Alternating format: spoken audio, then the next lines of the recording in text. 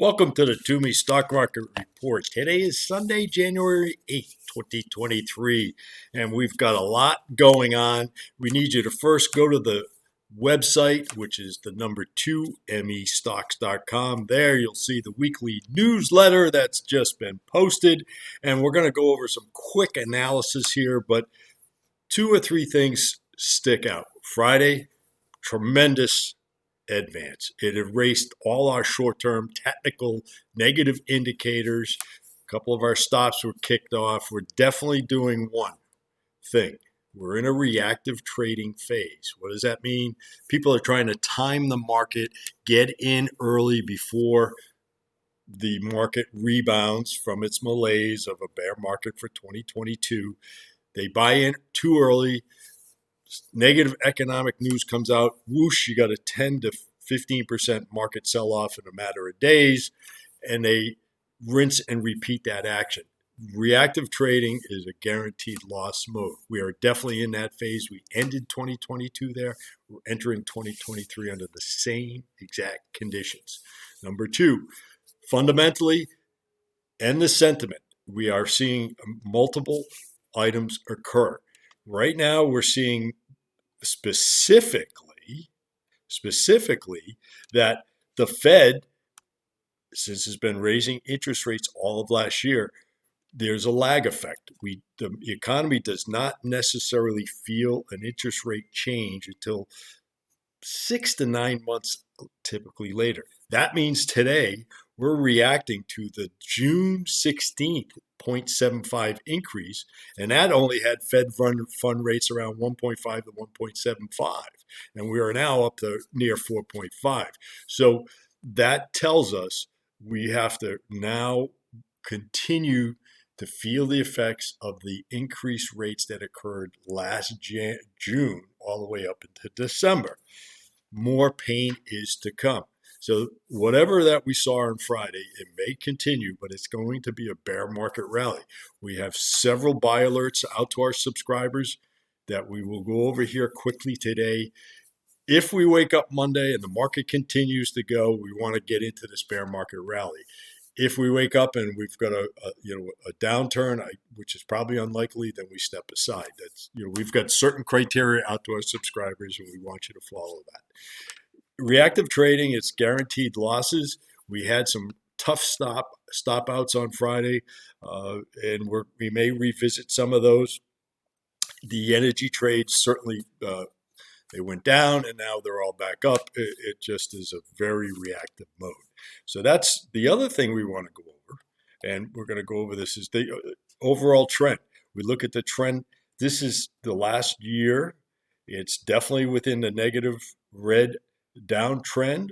We kind of came up, hit it above it at mid-December, and we accelerated downward. Well, after all this, malaise to the end of the year, and then Friday's huge increase, we're still well within that downtrend. Okay, so that's still permanent. We look at the SPY as our indicator for trend analysis short term. Well, what we've seen here is simply Friday we erased all our technical indicators, short term and long term, were negative bias. Hence we were short. We're still in a sell signal. We have not entered a buy signal to go to the long side, so we're still short. And that may change, but Friday's one day we went and we eclipsed the 20, the 14, and the 9 EMAs that we use for our short-term technical indicators. We went from negative to positive. We also crossed above the 50. This is a kind of a rare occurrence. Very powerful rally. Very powerful rally. The MACD still in negative territory. This is our longer trend oscillator. It tells us, whoa, we're not out of the woods yet. We'd like to see that get up near zero and the green cross above the red. Neither of that has happened. That tells us things are still negative. But if we look at the stochastics are the opposite. One day we went from 20 up to 92. That is unheard of. And typically when we see the stochastic, it's a very fast oscillator. It changes very quickly. But when we start seeing things move from 50 to 75 on the green line after it's crossed above the red. That tells us we're going to have a potential trend change, and it's an early warning sign. Well, we went from 22 to 92 in a matter of hours. So what does that tell us? It tells us powerful rally, yes, and we've got to be prepared to play that powerful rally. The Dow Industrial, or the DIA, is still the stronger indice. We still have the 50 EMA above the 200 EMA. That's the golden cross. It has not proven.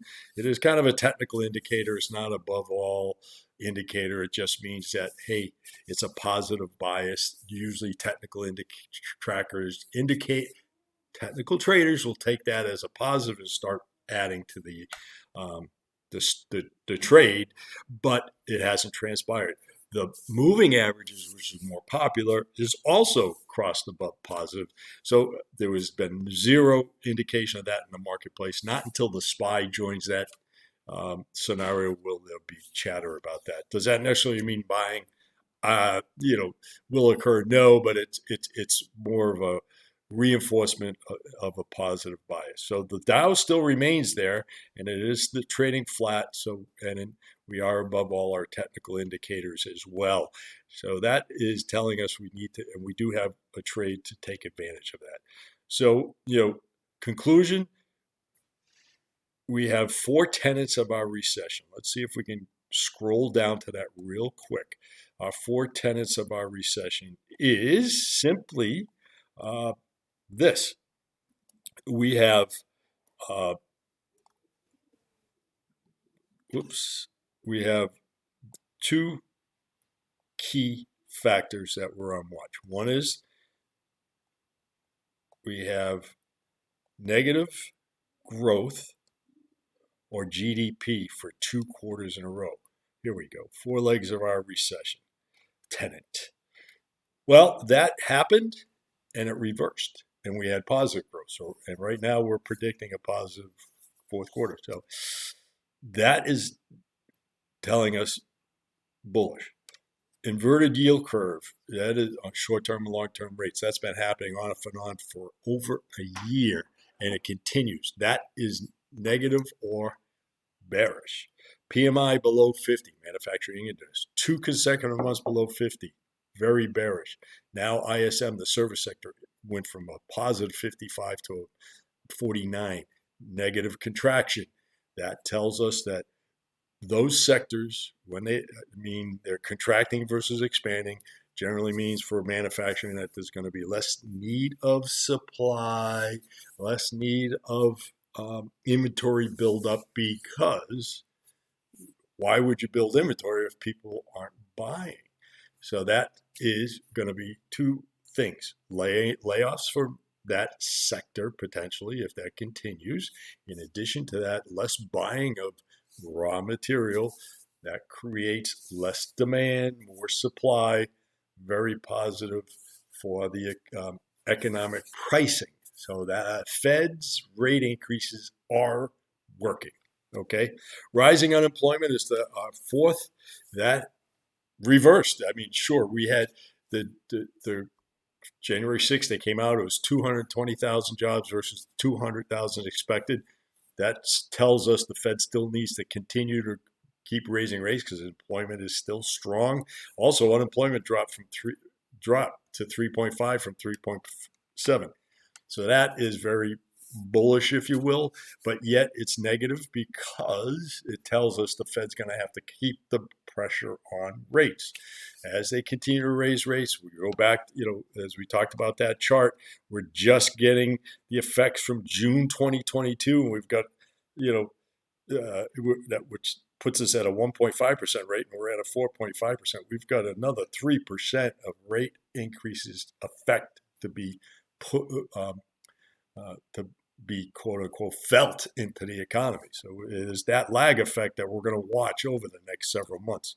So what we're seeing now is a rush to buy and get into the market early, and we will expect a bear market rally. There's more in here that you could get on the market report, but we're looking at a bear market rally. If it does continue, we've got several buys. and these are all in the report. You can also sign up at the number 2mestocks.com, the number 2mestocks.com, and get all that information. Just go to the website, and we can easily supply that to you. But we're going to get into a couple of dividend plays. If our conditions are met.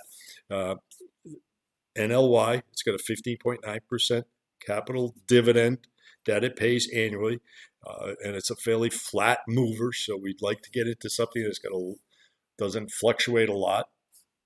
So even if it drops 10%, we're still going to end up with 6% for the year. Can we hold it for the year? I don't know. So that's a buy. We're going to get back into the Plains All-American. We're in a little bit higher than we'd like to buy this. We'd like to buy this really in the $10 range. But that, again, is a 7.3% dividend annual yield. So if it drops 10%, we're going to lose 3%. If it goes up 10%, we're going to get 17%. So the Goodyear Tire is another buy range. That one's a low price stock. It shouldn't move much, but we're looking to get a quick bounce there. Borg Warner, another slow mover. So we're trying to be very cautious in this bear market rally, something that we can extend a trend range. MGM Resorts, that whole sector has run and has high RSI. MGM is just starting to take off. That's a good buy as well. XLB Materials sector, I want you to get into that as well. There's a specific buy range. XLF Financials, not my favorite, but a buy. ILFI shares, that's another dividend range, and that is one that if we can withstand that, it's materials from South America. If the materials sector takes off, this will take off. We also want to get into the iShares ETF. Looked at product up. That is another one we want to get into, and I believe we should get some longer-term trends in both of those. XLE Energy, we're in. We got stopped out. Some of us are still holding. Get back into that. Gold miners, this one, gold is a tough sector, but that's a buy. We are going to do an assessment on the yields for the TBT or TLT or BSV. More to come this week. You'll see some alerts in your email. So I'm James Twomey. This is the Twomey Stock Market Report for the weekend, January 8th, 2022. Go to the website, TwomeyStocks.com. That's the number 2mestocks.com. Download it, view it, read it, get your trades. Let's make some money. 2023 is off to a bang. I'm James Twomey.